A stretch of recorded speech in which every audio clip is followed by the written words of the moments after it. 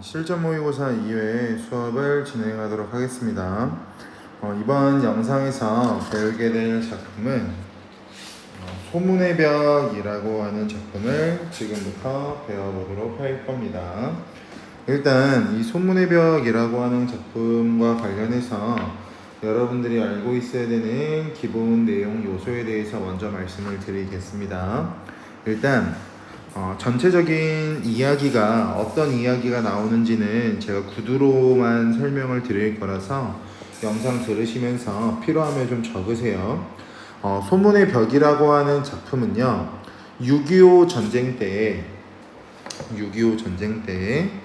이 작품에서 중요하게 다루는 중심 인물이 전짓불이라고 하는 것의 공포 앞에서 자백을 강요받던 어린 시절 기억 때문에 무언가를 진술하는 데 있어서 공포증을 갖게 된 소설가 박준이라는 사람이 나와요. 그래서 이 박준이라고 하는 사람이 서술자인 내가 바라보는 주인공이 될 거고, 이 박준이라고 하는 사람이 약간 진술 공포증이라고 하는 것을 가지고 있다라고 했잖아요. 이러한 진술 공포증을 갖게 된 소설가 박준이라는 인물을 통해서 그 표현의 자유, 같은 말 진실을 말할 자유를 박탈당한 인간이 가지고 있는 정신적인 상처와, 그리고 작가가 정직하게 자기 이야기를 한다. 얘를 네 글자로 자기 진술이라고 설명하는데, 이러한 자기 진술을 억압하는 현실에 대한 비판을 다루고 있는 내용이 소문의 벽이라는 작품이라고 보시면 됩니다. 그래서 이 소문의 벽이라고 하는 건 현대 소설이면서 길이가 조금 긴 중편 소설, 그리고 액자식 소설의 구성을 취합니다. 액자식 소설이라고 하는 거 우리가 많이 봤죠. 외부 이야기라고 말하는 외화화, 내부 이야기라고 말하는 내화로 이루어진 구성을 액자식 구성이라고 하는데, 외화에서는 1인칭 관찰자 시점의 서술자인 내가 전달하는 이 작품의 주인공인 박준의 이야기가 외화에 나오고요. 내화에서는 박준이 쓴 박준의 소설 속에 존재하는 쥐라고 하는 사람의 이야기가 형상화됩니다. 그러면서 이 내화의 박준의 소설 속의 쥐의 이야기를 통해서 어떤 내용들이 나오냐면, 시대적인 통념이라고 하는 건 일반적인 가치관을 통념이라고 설명을 하죠. 또 정치적인 억압, 6.25 전쟁 직후이기 때문에 억압적인 요소는 존재할 수밖에 없을 거고, 자기 진술 또는 문학, 표현의 자유를 박탈당했기 때문에 문학은 진실성보다는 허위적인 모습을 가지고 있을 거예요. 이러한 것이 형상화하고 있는 게 바로 소문의 벽이다 라고 하면서 우리가 보게 될 작품 제목과 연관성을 가지고 있는 작품이 등장한다 라고 보시면 될 것 같아요. 따라서 여기서 말하는 소문의 벽이라고 하는 건 실제 한다라고 보시면 안 되고요. 단순하게 소문의 벽이란 진실을 말할 수 없게 하는 억압되는 또는 억압적인 요소를 가지고 있는 무형의 벽이라고 보시면 돼요. 실제 이게 우리가 강의실 같은 데 있을 때 옆에 벽 같은 거 있잖아요. 그걸 유형이라고 하고, 여기서 말하는 소문의 벽이라고 하는 건 무형의 벽이다. 그리고 소문의 벽이라고 하는 것은 결국 정체를 밝히지 않고 소문이라고 하는 껍데기 안에 숨어있는 사회적인 편견,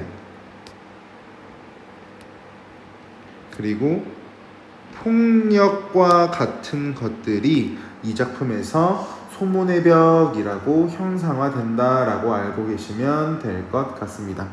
그리고 외화는 아까 말했던 것처럼 1인칭 관찰자 시점이 되는데 당연히 우리가 알고 있는 것처럼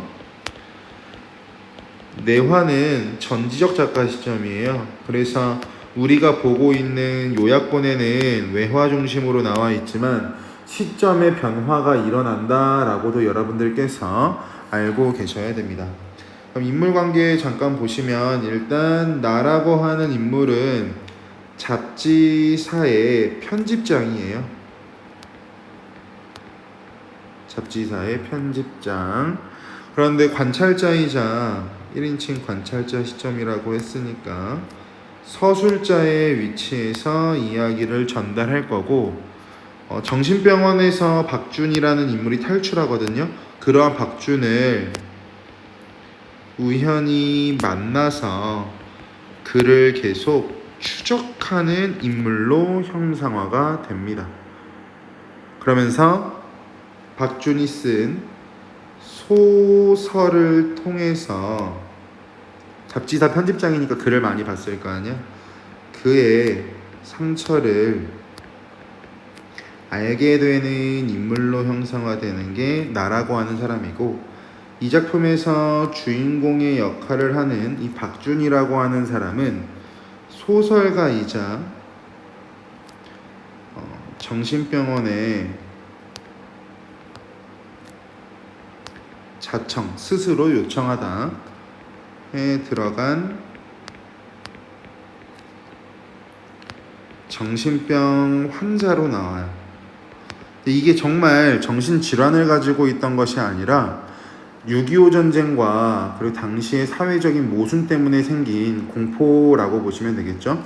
근데 얘는 아까 말했던 전짓불이라고 하는 녀석에 주는 공포심과 그리고 진술하는 데 있어서 진술 공포증을 가지고 있는데 전짓불 공포와 진술 공포증으로 인해서 인간이 가지고 있는 정신적인 상처와 작가가 표현할 수 있는 정직한 자기 진술을 억압하는 현실에 대해서 비판한다 라고 설명을 드렸죠. 따라서 이 소문의 벽이라고 하는 글을 통해서 우리에게 말하고 싶은 건 뭐냐면 작가가 할 수 있는 정직한 자기 진술을 용인이라고 하는 말은 허락이라고 보시면 돼요. 하지 않는 현실에 대해서 저항한다. 그리고 이와 관련된 인간의 정신적 상처를 드러내는 작품이 소문의 벽이라고 보시면 될 것 같습니다. 이어서 앞에 나와 있는 본문을 살펴보도록 하겠습니다. 실전 모의고사 2회 앞부분의 줄거리. 잡지사의 편집장인 나는 여기서 일단 나라고 하는 사람이 1인칭 관찰자 시점이니까 확인하셔야죠. 우연한 기회에 소설가 박준이 가짜로 미치광이 행세를 하며 정신병원에 입원해 있다는 사실 앞에 가로 한번 열고 가로 한번 닫아 보실게요. 이게 바로 이 작품의 주인공인 박준의 상황이 되겠죠. 박준은 소설가이다. 그리고 가짜 미치광이 행세를 하면서 정신병원에 입원해 있다라고 나와 있는 부분 알게 되고 마침 박준이 추구한 작품을 7필 미루며 발표 기회를 주지 않는 이유를 안영에게 묻는답니다. 나라고 하는 관찰자 나왔고요. 이 작품의 주인공인 박준 나왔고요. 그리고 주인공을 관찰하는 서술자도 나왔죠. 여기 나와 있는 이 안영이라고 하는 사람은 누구냐면 잡지사에 있는 편집자거든요. 그런데 박준의 소설을 두고 나와 대립하는 인물입니다. 그러니까 나는 박준의 소설을 좀 긍정적으로 보는데 안형은 박준의 소설이 시대적 요구를 반영하지 않았다고 판단해서 연재를 하지 않아요. 시대적 요구를 반영한 작품이 아니기 때문에 반영하지 않을 거야. 이런 게 되겠죠. 가겠습니다. 그렇다면 이 소설을 내보냈을 때 생길지 모른다는 말썽이라고 하는 부분 있죠. 이 부분이 바로 박준희가 안영이 적어드릴게요. 박준의 소설을 발표하지 않는 이유. 도대체 어떤 것입니까? 당연히 궁금하겠죠. 안영의 얘기대로라면 말썽이고 뭐고 처음부터 그런 게 생길 리도 없지 않아요. 작품 자체가 어떤 발언을 완성된 목소리로 말하지 못하고 있는 형편이니까 말입니다. 할 수 없었다. 나는 말줄기를 다시 처음으로 돌리는 수밖에 없었다. 그러나 안영은 이제 더욱 자신을 얻어가고 있었다. 그렇지요. 작품 자체가 소재 해석에 실패하고 있었다는 말씀은 저도 물론 동감이에요. 그럼 안영은 나의 의견에 일부 동의는 하고 있습니다. 하지만 말썽으로 말하면 미완의 작품을 내보냈을 보다 더 무의미한 말썽이 있겠어요? 되지도 않는 작품을 곧잘 칭찬하고 나서는 자들이 또 틀림없이 준동을 시작할 테니 말입니다. 가로 닫아보시면 즉 박준의 소설을 칭찬하는 평론가들이 존재하는데 이 평론가들에 대해서 안영은 부정적으로 바라본답니다. 말도 안 돼. 그들이 생각하는 건 허황된 꿈이야. 안영은 진심을 이야기하고 있지 않는 듯 했다라고 하는 건 나의 추측이죠. 나의 생각이라고도 볼 수 있을 거고요. 특히 말썽이란 말을 할 때 그는 야릇한 미소까지 짓고 있었다. 외양묘사까지 나타나네요. 꼼꼼하게 보세요. 처음에 감상할 때는 아무래도 안영의 편집만 같군요 라고 나와 있죠. 여기서 말하는 편집이라고 하는 건 편견 플러스 고집이라고 생각하시면 돼요. 즉 여기 나와 있는 1번 안영에 대한 안영의 FM대로 갈게. 시각에 대한 나의 비판. 아무래도 안영의 편집만 같군요. 편견과 고집만 같군요. 그 사람들에게 박준의 소설이 또 어떤 방식으로 완성되어 있을 수도 있지 않을까요? 그런데 안영은 끝끝내 다른 사람의 해석 방법은 용납하지 않으려고 하거든요. 편집이라도 할 수 없죠. 즉 편견과 고집이라고 해도 어쩔 수 없습니다. 저로서는 이 시대의 요구라는 것을 일단 그런 식으로 받아들이고 있으니까요. 사실을 말씀드리자면 앞에 가로 열어볼까요? 이제 안영이 어떤 것을 바탕으로 평가를 하는지가 나올 겁니다. 사실을 말씀드리자면 그 소설이 어떤 식으로 완성되어 있느냐 아니냐 하는 그런 것에 별로 관심을 주어보지 않았어요. 제겐 소재 해석만이 문제였죠. 바로 닫아보시면 즉 안형이라고 하는 사람이 작품을 평가하는 데 있어서 작품의 완성 여부도 중요하다라고 말하면 어쩔 수 없지만 나는 얘보다는 소재의 해석 문제가 더 중요하다. 이것이 바로 안영이 작품을 평가하는 근거라고 보시면 되겠죠. 작가가 어떤 소재를 만나 그것을 해석하는 방법은 그 작가가 자기의 시대의 양심에 얼마나 투철해 있느냐 하는 문제가 결정지어주는 거라고 생각되기 때문이지요. 바로 닫아보시면 결국 안영이라고 하는 사람은 아까부터 계속 소재 해석 문제를 포커스로 잡고 있죠. 결국 작품이 성공하고 실패하는 것은 작가가 가지고 있는 시대적 양심이라고 하는 요소의 투철성 여부, 즉 시대적 양심을 작품에 반영했느냐 반영하지 않았느냐로 팩트로 이야기를 한답니다. 박준의 소설은 바로 그런 점에서 저의 기대를 외면해버렸어요. 안영의 평가가 되겠죠. 제가 박준의 소설이 충분히 완성되지 못했다는 것은 그런 저의 관심 속에서이지요. 즉 아까부터 계속 나오는 겁니다. 작품이 완성되고 완성되지 않았고 보다도 나는 더 중요하게 생각하는 것은 소재의 해석이다. 이게 안영의 판단 근거. 안영의 이야기는 이라고 나와 있는 부분 가로 열어보시면 지금부터 서술자인 내가 안영이가 하는 안영의 이야기를 요약해서 우리에게 전달해 줄 겁니다. 안영의 이야기는 결국 박준의 소설이 무의미한 개인의 내면적 비밀 쪽으로 독자의 관심을 끌고 가면서 자기 시대의 요구를 배반했고까지 밑줄 쳐보시면, 즉 안영이라는 사람은 박준이 쓴 박준의 소설이라고 하는 측면이 시대, 현실을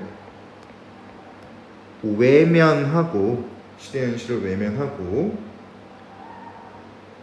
자기 중심적으로만 그린 자기 중심적인 소설이다라고 평가를 했대요. 따라서 안영은 박준의 소설에 대해서 부정적으로 생각한다.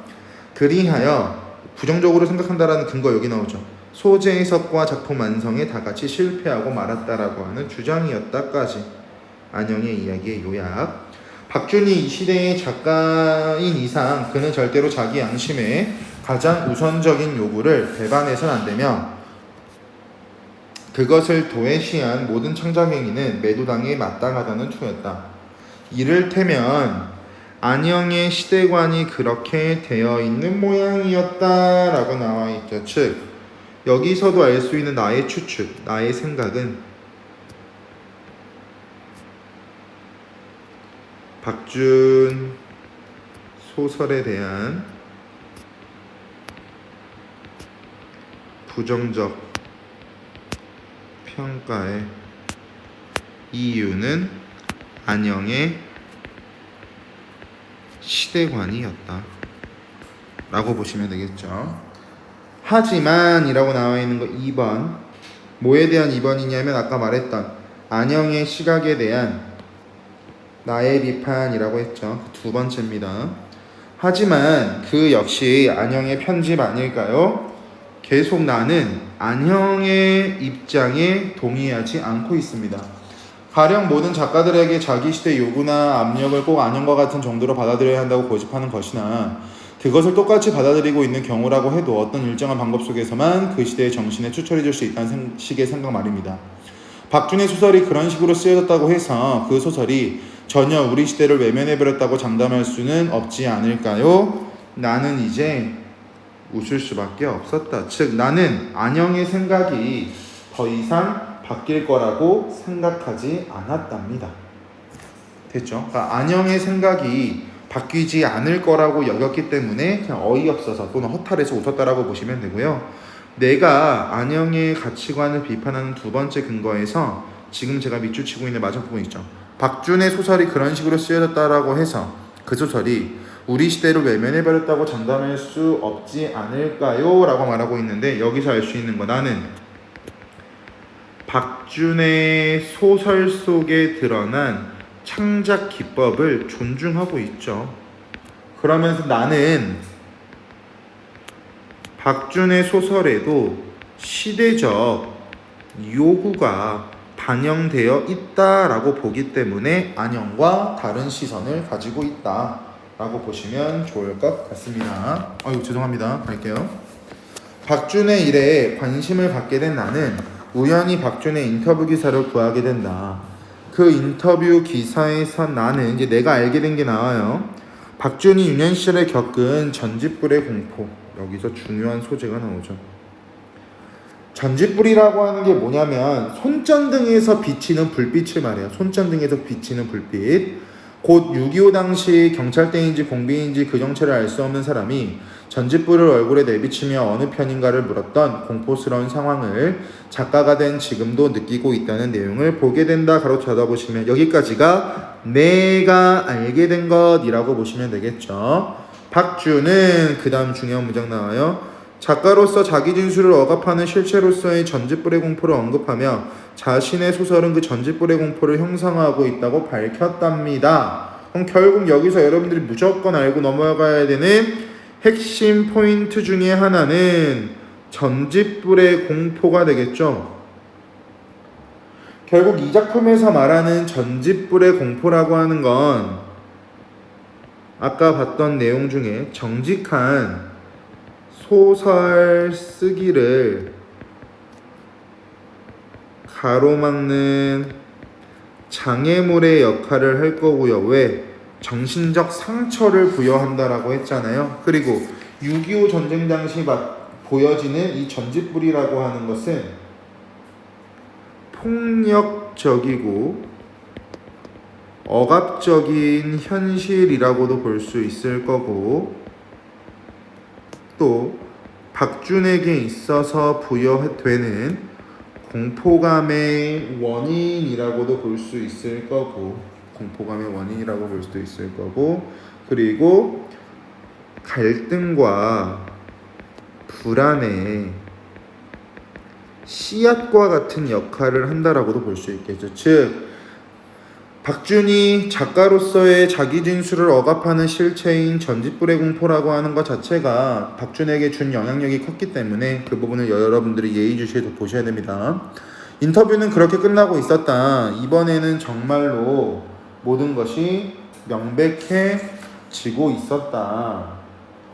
박준이 마지막으로 전짓불의 이야기를 썼던 것은 역시 우연이 아니었다. 즉 나의 생각이 틀리지 않았다.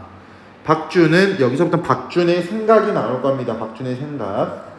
작가란 괴로운 일이지만 정체가 보이지 않는 전짓불의 공포를 견디면서도 끝끝내 자기 진술을 계속해 나갈 수밖에 다른 도리가 없는 운명을 짊어진 사람들이라고 했다. 여기까지가 박준이 가지고 있는 박준의 생각을 드러내는 부분이라고 볼 수가 있는데, 결국 박준이 소설을 쓰는 이유는 이 부분을 통해서 알 수 있는 거, 작가의 자기 진술을 억압하는 부정적인 현실을 드러내는 행위다. 결국 박준의 소설은 안형은 시대적인 요구가 반영되어 있지 않았다라고 하지만 결국 시대적인 요구가 반영되어 있는 소설이라고 볼 수 있겠죠. 그러나 지난 2년 동안 박준은 그만한 각오조차도 지켜놓지를 못해 온 셈이었다. 그의 독자들이 안형과 내가 그의 소설을 내보내주지 않은 교활한 편집자들이 그보다도 그의 전짓불 뒤에서 끝끝내 정체를 드러내지 않은 채 무형이 되겠네. 복수만을 음모하고 있는 사람들이 그들의 입에서 입으로 건너다니는 정체불명의 소문들이, 이게 바로 소문의 벽이죠. 그것을 지켜내지 못하게 한 것이다. 그렇다 보시면, 즉 박준의 정직한 자기 진술을 억압한 요인들이 나오고 있죠. 그러니까 유형, 즉 형체를 가지고 있는 것이 아니라 무형의 것들이 박준이 작가로서 가지고 있는 소임 또는 작가로서 표현할 수 있는 가치인 자기 진술을 억압한 것이다 라고 보시면 되겠죠. 그래서 여기서 나와 있는 정체불명의 소문이라고 하는 것이, 다시 한번 정리를 해드린다면, 작가의 자기 진술 욕구를 억압하는 것, 또는 정체를 밝히지 않고 소문 속에 숨어져 있는 폭력과 억압과 같은 것들이 정체불명의 소문이라고 보시면 되고요. 얘가 제일 중요한 키워드입니다. 이어서 갈게요. 그래서 그는 자기 내면의 용트림치는 진술욕과, 여기서 말하는 진술욕이라고 하는 건 이거죠. 자기 진술 또는 자기 표현의 욕구요. 그것을 불가능하게 하는 전짓불 사이에서 심한 갈등과 불안을 느끼기 시작했다. 그리고 그 정체불명의 소문과 갈등을 빨아먹으며 전짓불은 그의 의식 속에서 엄청나게 크게 확대되어 갔다. 그 전짓불은 바로 어렸을 때부터 그의 속에서 은밀히 발화를 기다리고 있던 갈등과 불안의 씨앗, 그래서 아까 전짓불의 의미가 갈등과 불안의 씨앗이었다라고 정리를 도와드린 겁니다.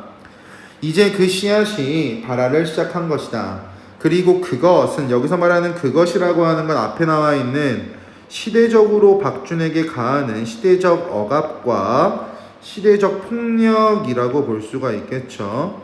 박준의 마지막 소설에서 한 작가로 하여금 끝끝내 정직한 진술을 할 수 없게 만든 방해 요진의 상징으로 훌륭하게 완성되어 있었다.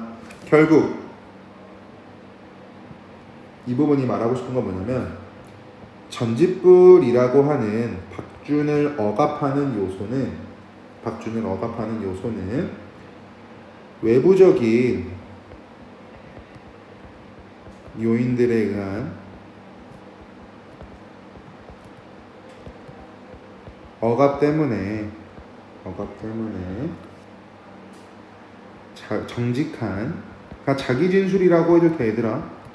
자기 진술이라는 작가의 소명을 지키지 못했다라고 볼 수가 있겠죠.